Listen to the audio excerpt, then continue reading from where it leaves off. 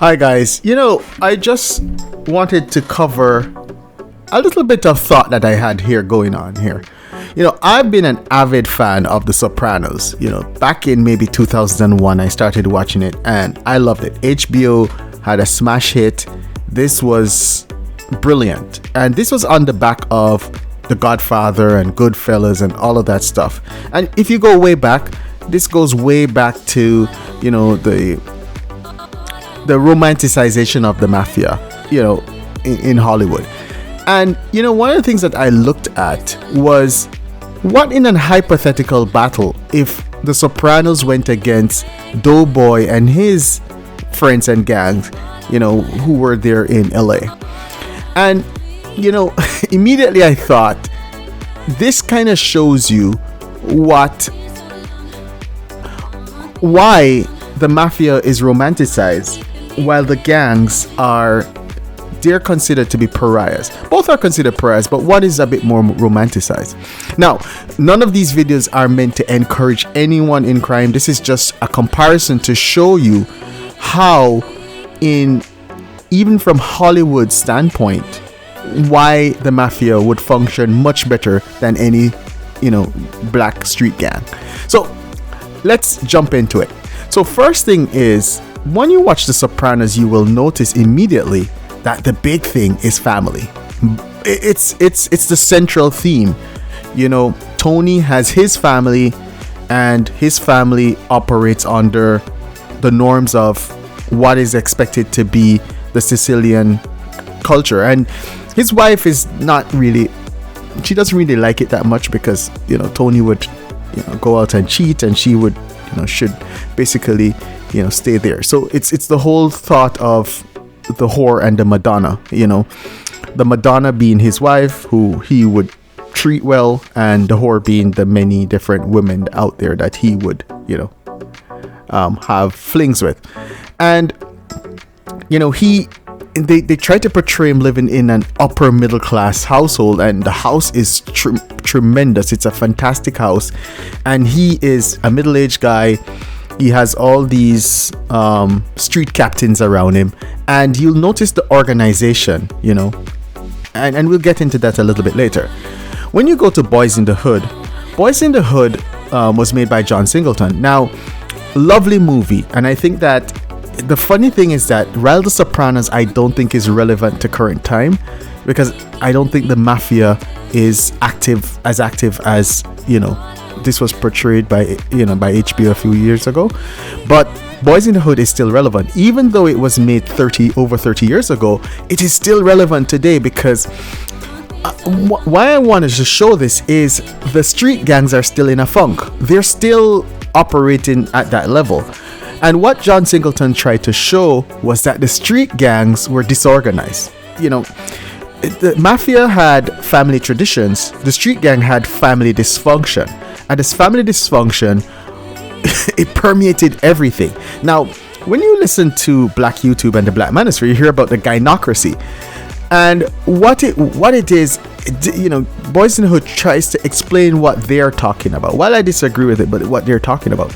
And it's the fact that the fathers in Boyz n the Hood are generally absent, with the exception of the protagonist in the film. His father is actually present, and his father actually helped him to go to college and guide him through. But what's important is that in Boyz n the Hood, it shows that this dysfunction leads to single mothers and these young guys who are accepted into gangs, and these gangs fight against each other. There's no rhyme to the reason, and there's no order. They constantly are fighting against each other. And it almost seems as the childhood friends, the childhood pookies, join together and form a gang, and there's like 10 other different groups of childhood pookies who have their own gangs. And you'll have Crip fighting Crip, blood fighting blood. It's just a miasma of chaos. And because of that, while The Sopranos shows you that the people who are running, the fictional people who are running the mafia are in their 60s, 70s, some of them in their 80s with oxygen tanks. In these street gangs, it's basically most of them are in prison or dead, and who's running it is some 18 or 20-year-old guy running his own little street gang. So you can understand that community that Boyz n the Hood would have would be it's literally destroyed, because it's a community of pookies and single mothers. That's what it is. And so, educated lames, they will leave that community immediately. And to be honest, if anyone looks back at Boyz n the Hood, the guy who left, he actually is an educated lame. Cuba Gooding Jr. played the educated lame, and he was the protagonist. He was the hero in the story. He left. John Singleton was trying to tell people, don't be a pookie. But anyhow, a lot of the pookie culture is keeping it real. Living by the culture. The culture, and I can use Lego Box to show you this. The culture is disorganized. It's broken at the family level. So immediately what happens is, if you can't have a functioning family, you can't have a functioning group. So because of the fact that you can't have a functioning group, you don't have the building blocks for society. So therefore, the street gang, the street culture is failure. And so keeping it real street, living by the culture of failure is actually stupid. It's trying to do this, as Einstein would say, it's trying to do the same thing over and over and expecting a different result. And street pookies like to say, hey, but we have a few pookies who made it. That's the stupidity of it all. The fact of the matter is, the vast majority of pookies are poor. There's no middle class pookie. Then you have, a minute that you can count, use two hands and count, who are rich. So the pookies live by this rule that there may be, 10 million pookies, and they can say, oh, there's a dozen of us who are actually rich. And then, the rest of us, we're poor. And because of that, it validates them, it validates their existence. But anyhow, let's get back to the Sopranos. So in the Sopranos, there are levels to the Sopranos. And these levels are, you have the boss, and these are old guys. Then you have the capo, and then the capo has his street captains. And then below there you have, your goons and your different people. With those levels, and as I said, I don't encourage crime. I hate crime and all of that stuff. But what I'm trying to do is compare and contrast that with those levels, what you have is a strategic set, a tactical set, an operational set. Within the street gangs, they're all either real ones or, drive-by guys. So what happens is, these guys would easily be defeated by any organized group. They are individually strong, but they don't form a cohesive group. And that's the biggest thing that I have learned that a lot of people don't understand. And I'm not glorifying the mafia, because the mafia is unsuccessful because a far more organized group has defeated it. And that organized group are the corporations, because corporations operate under corporate law, and under corporate law and company law, they have rules to set up organizations to protect their markets, to prevent unfair competition, all of those things. And so some of these corporations have 200,000 people working for them. And that's why I find that the more organized a group, the more successful the group. Not the more individually successful someone is, but the more organized the group. And so the disorganized street gangs would easily be thrown out by a more organized group. And this has been, for me, coming from Jamaica and seeing this has been the black community's kryptonite. The inability to form a cohesive community.